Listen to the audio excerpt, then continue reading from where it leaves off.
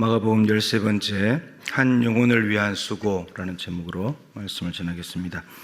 바람과 바다를 잠잠하게 하시는 예수님의 능력을 힘입어서 제자들이 담배는 그라사인의 지방에 도착을 했습니다. 예수님과 제자들을 가장 먼저 만난 사람은 더러운 군대의 귀신 들린 사람입니다. 이 군대의 귀신은 숫자 그대로 하면 6,000마리입니다.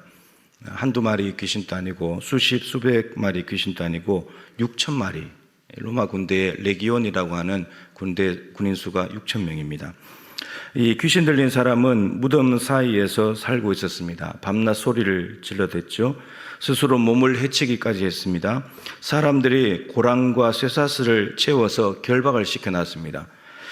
그러나 여러 번 고랑과 쇠사슬을 끊어버릴 만큼 엄청난 힘을 가지고 있어서 누구도 제어할 수 없는 두려운 존재가 이 귀신 들린 사람이었습니다. 제자들은 바다에서 예수님이 누구신지를 몰랐죠. 그런데 이 군대 귀신은 예수님을 보자마자 하나님의 아들이라는 것을 금방 알아차렸습니다. 귀신은 예수님이 하나님의 아들인 걸 알지만 믿지는 않습니다. 그래서 아는 것만으로는 부족하다라는 거죠. 믿어야 되는 거죠. 이 귀신들은 그라사 지방을 떠나지 않게 해달라고 간구를 했지만 예수님은 이미 귀신에게 나오라고 선포를 하신 상태였습니다. 그러자 귀신들이 돼지에게 들어가게 해달라고 간청을 했고 이 6,000마리 귀신들은 2,000마리 정도 되는 돼지 떼에게로 들어가게 되었죠. 6,000마리 귀신들이 들어간 2,000마리 돼지 떼는 바다로 뛰어들었고 돼지와 그 속에 있던 귀신은 바다에서 몰사하게 되었습니다. 현장에서 이를 목격한 돼지치던 사람들이 동네에 들어가서 지금 이 현장에서 벌어진 놀라운 일들을 주민들에게 알렸습니다. 동네 주민들은 궁금했겠죠. 그 얘기를 듣고 현장으로 달려왔고 무슨 일이 있었는지 또 어떻게 된 것인지 상황을 살피기 시작했습니다. 귀로만 들은 일을 직접 눈으로 확인한 동네 주민들은 너무나 두려운 나머지 예수님께 그라사 지방을 떠나 주십시오라고 간청을 했습니다. 고침을 받은 사람은 예수님을 따르기를 원했지만 예수님은 거절하셨습니다. 자신에게 일어난 일을 가족들에게 알리라고 말씀을 하셨죠. 이 사람은 데가볼리에 예수님이 행하신 일을 전파했고 그 일을 들은 모든 사람들은 놀라게 되었다라는 것이 오늘 본문의 내용입니다. 자, 오늘 본문에서 예수님은 어떤 분이신가 정리를 하면 한 영혼을 위해서 수고하시는 분이십니다. 그라사인의 지방은 갈릴리 바다 동남쪽에 있습니다. 그곳은 모세 시대로 말한다면 길르앗 땅이죠. 갈릴리 바다가 있고 그 요단강이 사해바다로 흘러가면서 지류들이 있었기 때문에 물이 풍족했고 따라서 그곳은 정말 이렇게 애굽 땅과 같은 그런 풍족함이 있는 곳이었습니다. 그래서 너무나 비옥했기 때문에 모세 시대에 이 아모리 왕 시온 바산 왕 옥을 무찌르면서 르벤 지파, 갓 지파, 므낫세 반 지파가 여기에 우리 땅을 달라고 할 만큼 요단강을 건너가지 않고 크게 땅을 얻을 만큼 비옥한 곳이었습니다. 요단강 건너편이고 그리고 오늘 돼지들이 등장하는 것으로 봐서 유대인들이 사는 곳은 아니고 이방인들이 사는 곳이죠. 돼지는 부정한 동물이기 때문에 유대인들은 멀리하죠. 그리고 오늘 그라사 지방에 들어갔다고 되어 있는데 실제로는 이 갈릴리 바다에서 내륙으로 땅으로 60km 들어간 지점의 그라사 지방, 마태복음에는 가다라로 되어 있는데 거기가 더 정확합니다. 가다라라는 지역에 갔습니다. 60km 들어간 곳입니다. 예수님은 갈릴리 바다를 건너서 왜 이방인들이 머무는 곳까지 60km를 걸어서 가셨는가? 라는 겁니다. 귀신 들린 사람을 고치신 뒤에 오늘 벌어진 일들을 보면 동네 사람들에게 거절을 당했습니다. 그리고 고침을 받은 사람이 따라오는 것을 거절하셨습니다. 이것을 고려한다면 예수님이 그라사인의 지방에 가신 이유는 딱 하나입니다. 이 군대 귀신 들린 사람 고치려고. 그 외에는 다른 하신 일이 전혀 없습니다. 그러나 이 한 사람 때문입니다. 여러분 60km 거리면은 보통 성인의 걸음걸이로 가면 저녁에 해져서 잠을 자고 밝을 때 걷는다고 하면 걷기만 꼬박 해도 이틀, 보통 3일 걸리는 거리입니다. 왕복하면 6일입니다. 6일. 거의 일주일을 예수님께서는 거기에 소요를 하셨습니다. 그런데 가신 이유가 한 사람, 그것도 귀신 들린 사람, 무덤에 사는 사람, 가족과 거리 두기를 할 수밖에 없었던, 사회생활이 불가능했던 비참하게 사는 한 사람 때문이었습니다. 거기다가 동네 사람들의 환영도 받지 못하셨고 오히려 거절당하셨고 정확히 말하면 거의 내쫓기다시피 그곳에서 발걸음을 돌려야 했습니다. 여러분, 굳이 이렇게까지 할 필요가 있습니까? 굳이? 너무 비효율적인 사역 아닙니까? 시간 낭비, 에너지 낭비, 성과 없는 사역 아닙니까? 한 명 건졌지만 그거 성과라고 할 수 있습니까? 예수님의 행적을 보면 굳이 찾아가지 않아도 가만히 있어도 사람들이 구름대처럼 몰려옵니다. 훨씬 짧은 시간에 훨씬 더 많은 사람들을 치료하고 고칠 수 있습니다. 그런데 일부러 그리고 주변 사람은 아닐 때도 있지만 치유받은 사람들에게는 환영을 받았잖아요. 그러면서 더 많은 사람들을 오게 만들었죠. 예수님이 가만히 있어도 이런 일이 벌어진단 말이에요. 그런데 일부러 바다를 건너서 이방인의 마을에, 그것도 멀쩡한 사람이 아니라 귀신 들린 사람, 그것도 다수가 아니라 한 사람, 환영은 그냥 거절당하시기까지 너무 비효율적인 사역, 투자한 것에 비해서 성과가 너무 빈약한 것이 아닌가 하는 거죠. 여러분, 가만히 있으면서 찾아오는 수백 명을 치료하는 것과 먼 곳까지 일부러 찾아가서 한 명 치료하는 것, 여러분, 어느 것이 효율적입니까? 어느 것이 더 성과가 있는 거죠? 그건 뻔한 이야기 아닙니까? 당연히 수백 명이죠. 한 명을 치료한다는 것은, 이런 많은 투자를 해서 한 명을 치료한다는 것은 효율성을 따지고 이익을 계산하고 성과주의에 빠진 사람은 절대 하지 않는 일입니다. 그 바보 같은 짓을 왜 하겠어요? 하지만 예수님은 그 바보 같아 보이는 일을, 아무도 하지 않는 일을, 실패한 것 같아 보이는 그 일을 3년 중에, 공생의 3년, 대략 1000일 중에 일주일이나 사용하실 만큼 그 일을 하셨습니다. 한 영혼 때문이죠. 귀신 들린 그 한 영혼. 가족이 있어도 가족들과 함께 어울리지도 못하고, 집이 있어도 무덤에서 살고, 다른 복음서에 보면 옷을 벌거벗고 살았어요. 정신이 거의 나간 상태고, 귀신에게 제압당해서 자기의 삶이 없는, 자기 의지가 없는 그 한 사람 때문에요. 적어도 한 명 건지고 제자를 삼으려면 멀쩡한 사람 찾아가야 되는 거 아닌가요?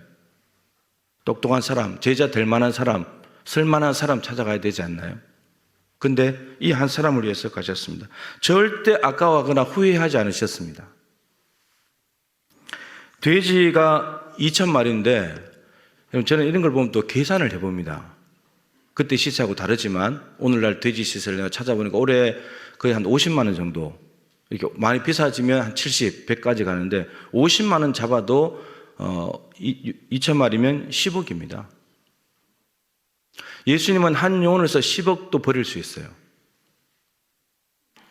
그보다 더 하죠. 예수님 자신을 버렸으니까. 한 영혼이 귀해서. 하나님은 예수님을 버리고 나를 택하셨습니다. 여러분들을 택하신 거죠. 하나님은 여러분과 돼지 2000마리 10억이 있다면 조금 더 주저하지 않고 여러분을 택합니다. 고민할 거리가 아닙니다. 그것은. 돼지가 10,000마리가 있었다고 해도 예수님은 그 한 명 택했을 겁니다. 예수님은 나를 위해서 하늘 영광을 버리고 사람과 같이 낮아지시고 십자가에 죽으심으로 죄를 사하시고 구원하여 주셨습니다. 저와 여러분을. 예수님 이렇게까지 하실 필요가 있을까요? 눈만 뜨면 죄 짓고 하나님 버리고 성장도 없이 고집과 교만만 늘어나는데 굳이 그렇게까지 하실 필요가 있었을까요? 하나님을 위해서 살지도 않고 하나님을 위해서 산다고 말은 하지만 자신의 만족과 유익에만 목말라 하는데 예수님 실수하신 거 아닌가요? 위기와 박해 앞에서 예수님을 부인한 베드로, 재물에 대한 탐욕 때문에 예수님을 팔아버린 가룟 유다, 우리는 다른가요? 오직 사랑 때문입니다. 다른 이유가 없습니다.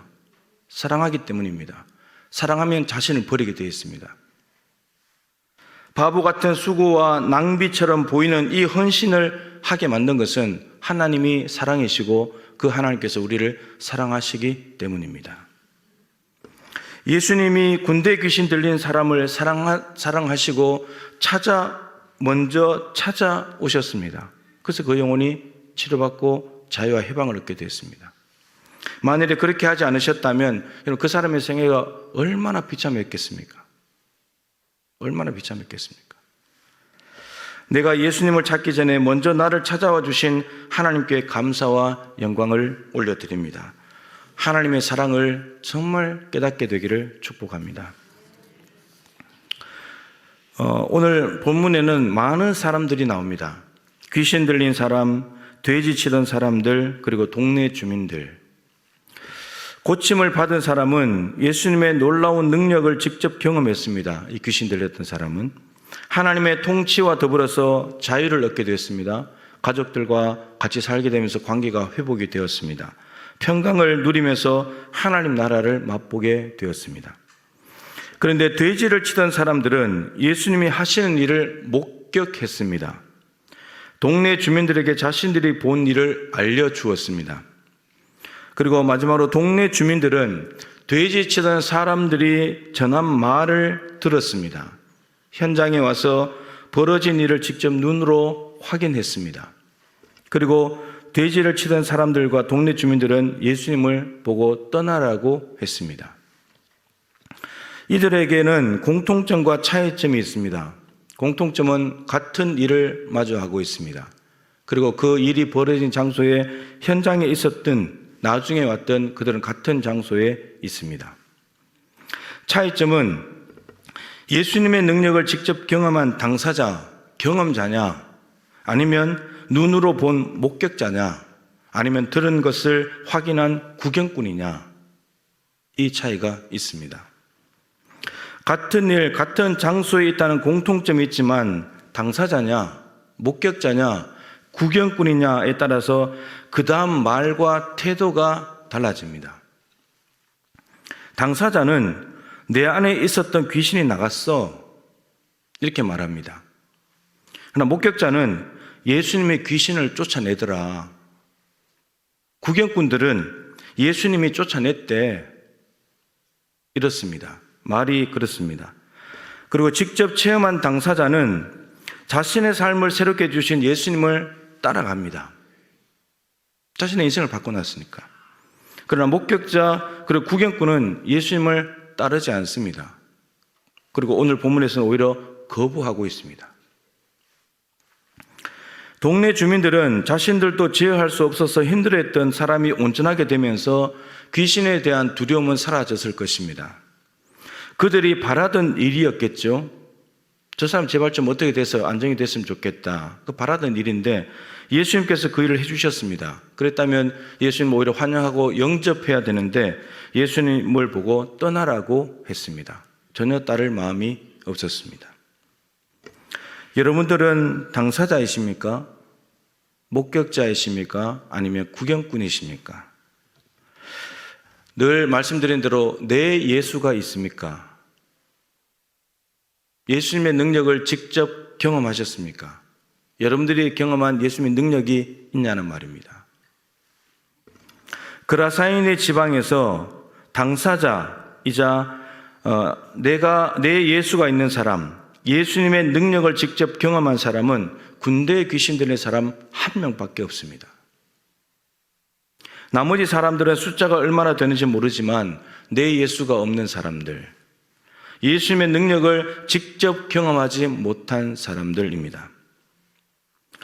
저는 청년 시절에 귀신 들린 청년과 마주했던 일들을 몇 번 말씀드렸는데, 처음에는 단 둘이 있었습니다. 그리고는 기도의 자리에서 귀신을 쫓아내는 현장에 같이 있었습니다. 귀신이 어떻게 말하는지, 힘이 얼마나 센지, 어떻게 해야 나가는지, 나가서 어디로 가려고 했는지, 무엇이 귀신을 약하게 했는지, 쫓아낸 다음에는 무슨 일을 해야 되는지를 저는 너무나 잘 알고 있습니다. 저는 당사자입니다. 눈으로 보고 확인했습니다. 귀로 들었습니다. 기도로 직접 쫓아내는 사람 중에 한 명이었습니다. 예수님의 능력을 제 눈앞에서 확인을 했죠. 여러분, 병자가 치유받는 것, 병자를 치유하는 것을 본 것, 병자를 치유했다는 얘기를 들은 것은 천지 차이입니다. 병자가 치유를 받는 것은 치유가 일어난 것입니다. 병자를 치유하는 것을 본 것과 얘기만 들은 것은 치유가 일어나지 않습니다. 낫냐 안 낫냐의 차이입니다. 바디메오는 맹인으로서 눈을 떴지만 다른 맹인들은 눈 뜨지 못했습니다. 예수님에 대한 소문 알고 있었죠. 다 눈 뜬 것이 아닙니다. 전혀 다른 삶인 거죠. 내 예수, 내가 직접 경험한 예수님의 능력이 있어야 됩니다. 그 사람은 예수님에 대한 고백과 태도가 달라지게 됩니다. 거꾸로 말하면 그 사람이 하는 고백과 예수님에 대해서 어떻게 말하는지, 그리고 태도를 보면 이 자기 예수가 있는 사람인지, 예수님의 능력을 직접 경험한 사람인지 아닌지, 당사자인지 목격자인지 구경꾼인지가 확실히 드러나게 됩니다. 저는 여러분들이 목격자, 구경꾼이 아니라 당사자, 경험자가 되기를 축복합니다. 마지막으로 예수님의 능력을 직접 경험한 사람은 사명이 있습니다. 고침을 받은 사람이 예수님을 따르겠다고 말씀드렸을 때 예수님은 거절하셨습니다. 이유가 뭐냐면 맡기실 일이 있었기 때문입니다. 너 해야 될 일이 있어, 여기에서. 예수님을 따라가는 것보다 더 중요한 일은 가족에게 예수님이 행하신 일과 자신을 불쌍히 여기신 일을 전파하는 사명이었습니다. 예수님께서 그 일을 맡기셨습니다. 여러분, 치유가 끝이 아닙니다. 하나님의 능력을 경험하는 것 자체로 끝이 아닙니다. 치유하신 분을 전해야 합니다. 나를 새롭게 주신 분을 간증하고 자랑해야 합니다. 전하는 사명은 직접 능력을 경험한 사람만이 할 수 있고 해야 될 일입니다. 이 고침을 받은 사람은 자신의 가족뿐만 아니라 오늘 말씀 보면 데가볼리는 이 헬라가 이스라엘을 다스릴 때 헬라화를 시켰거든요. 헬라화. 우리 그 창시개명처럼 도시 이름들을 다 헬라 이름으로 바꿔놨습니다. 로마가 그 뒤에 다스릴 때도 여전히 그 헬라 이름은 유지가 되고 있었죠. 데카폴리스라는 말입니다. 데카는 헬라어로 숫자 10이라는 뜻이고 폴리스는 도시입니다. 10개의 도시. 10개의 도시가 모여있는 그곳에 가서 이 사람은 예수님이 나에게 들어온 귀신을 쫓아냈다고 그것을 전파했다는 말입니다. 가족을 넘어서서 데가볼리 10개의 도시를 책임지는 사람이 되었습니다. 예수님을 따른다고 하는 것은 직접 제자 공동체에 들어가는 것만을 의미하는 것이 아니라 자기 삶의 자리에서 주신 사명을 감당하는 것까지 포함하는 말입니다. 제자 공동체에 들어가는 것만 귀하게 여기고 가족과 데가볼리를 외면했다면 여러분, 가족과 데가볼리에 있는 영혼들은 누가 복음을 전하겠습니까? 처음에는 한 영혼만 염두에 두신 것 같아 보이지만 예수님의 계획은 그 사람 뒤에 수많은 안타까운 영혼들이 목적이었습니다. 아브라함 한 명을 가나안 땅으로 부르셨지만 아브라함 뒤에는 땅의 모든 족속이 하나님께로 돌아오는 계획이 있었습니다. 여러 민족 중에서 이스라엘 민족 하나를 택하셨지만 하나님의 목적은 열방이 하나님께로 돌아오는 것이었습니다. 세상에 있는 우리를 불러 교회를 세우신 것은 교회만이 아니라 교회를 통해 세상 모든 민족이 구원을 받는 것이 목적입니다.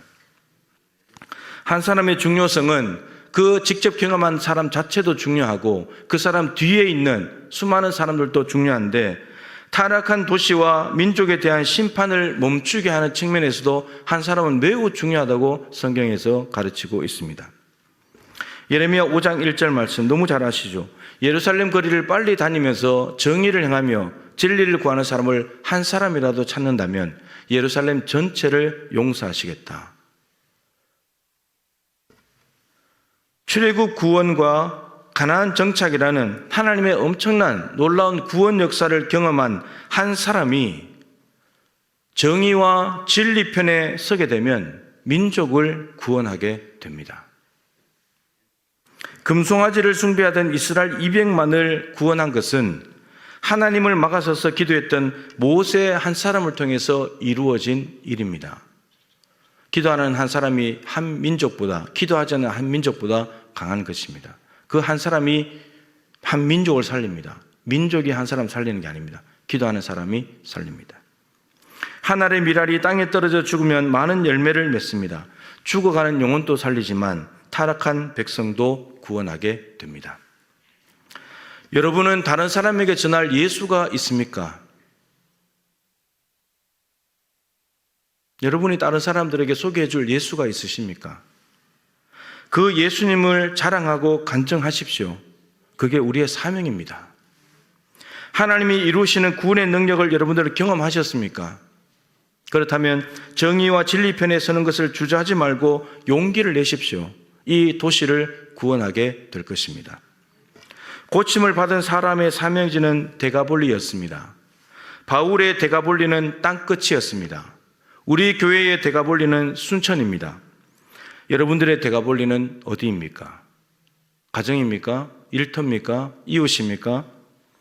그 모든 곳들이죠. 여러분, 우리가 거기에 대한 책임이 있습니다. 그들에게 복음을 전해야 되고 저들을 구원해야 되고 치유하고 회복시켜서 하나님 나라를 만들어야 합니다.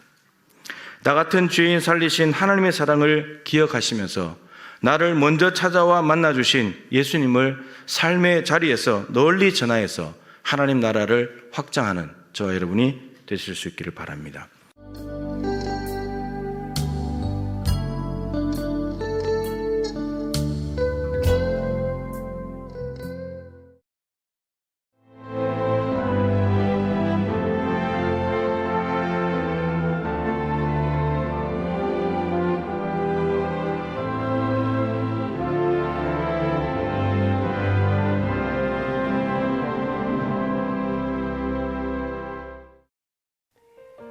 CBS를 사랑해 주시는 전남 지역 청취자 여러분, 안녕하십니까? CBS 재단 이사장 꿈의 교회 김학중 목사입니다. 여러분의 사랑과 관심 덕분에 전남 CBS가 순천시 장천동에 새로운 사옥을 마련하게 됐습니다. 이 방송국 사옥이라는 것은 단순히 건물을 짓는 의미에 지나지 않습니다. 전남 지역 복음 전파와 특별히 다음 세대를 위한 미래 비전을 세우는 일입니다. 코로나19로 모든 활동이 중단되고 또 관계가 단절되는 상황이지만 우리 CBS 방송만큼은 우리의 발길이 닿지 않는 곳까지 구석구석 하나님의 말씀을 전하는 위대한 힘을 지니고 있습니다. 이 방송이 믿음의 반석 위에 굳건히 세워질 수 있도록 여러분들께서 벽돌 한 장 한 장씩 쌓아가는 마음으로 전남 CBS를 위해 후원해 주시고 기도해 주시기를 간곡히 부탁드립니다. 여러분의 이 작은 행함이 CBS를 통해서 교회 공동체를 회복하고 누군가의 믿음을 소생시켜 줄 굳게 믿습니다. 여러분 한 분 한 분을 축복합니다.